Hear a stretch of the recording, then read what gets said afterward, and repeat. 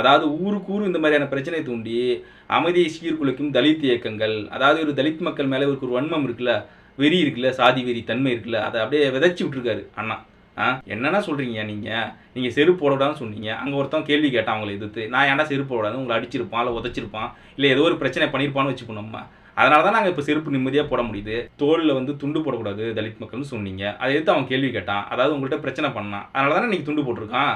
அந்த பிரச்சனை பண்ணாமல் இருந்தால் இன்னும் துண்டு போட முடியாது.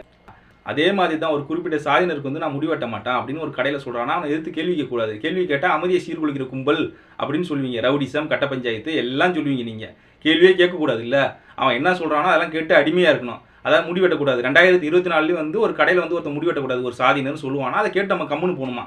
அதை எதிர்த்து ஒருத்தன் கேள்வி கேட்டான்னு வச்சுங்களா, அவன் வந்து அமைதியை சீர்குலைக்கிறானா.